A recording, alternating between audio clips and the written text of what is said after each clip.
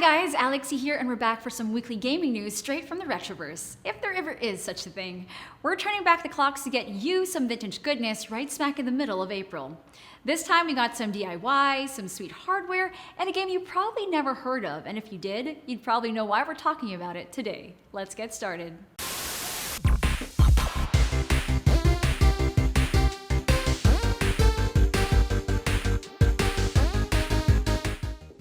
While everyone's having fun on their Nintendo Switches, a certain Japanese manufacturer has been going back in time and using household appliances to play Super Famicom games. I know this sounds insane, but hear me out. Columbus Circle is the company in question, and they're well known for making different parts and accessories for games and consoles. Now, this new DIY looking kit that resembles a toaster is the newest of their creations. It's literally smoking hot. So if ever you were curious back in the day, here's your chance to stick those games into a toaster and actually not get in trouble. This Toasty Kit comes with all the needed accessories to make sure everything goes smoothly.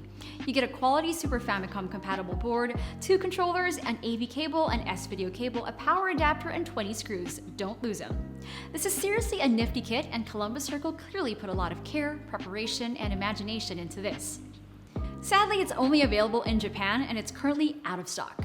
But no worries, given how we finally have a gaming toaster, it's only a matter of time before your smart fridge and washing machine will be able to run Elden Ring. We're living in the future, my dudes. And now we go from consoles to the games they run.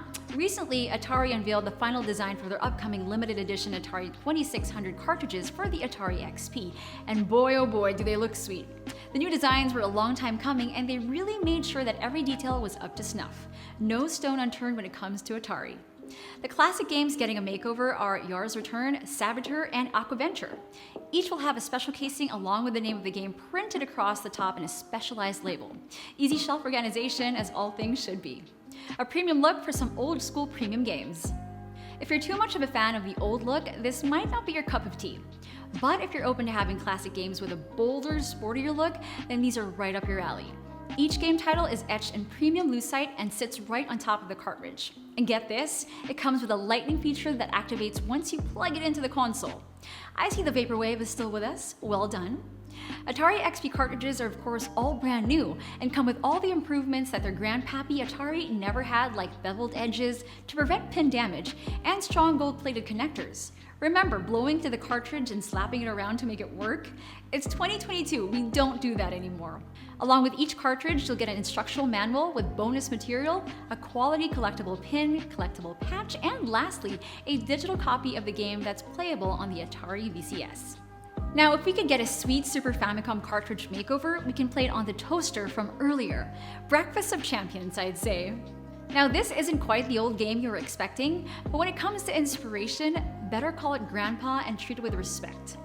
Let's take a look at Clockwork Aquario. Clockwork Aquario is a pixel art, arcade-style, side-scrolling platformer for the PS4 and Nintendo Switch.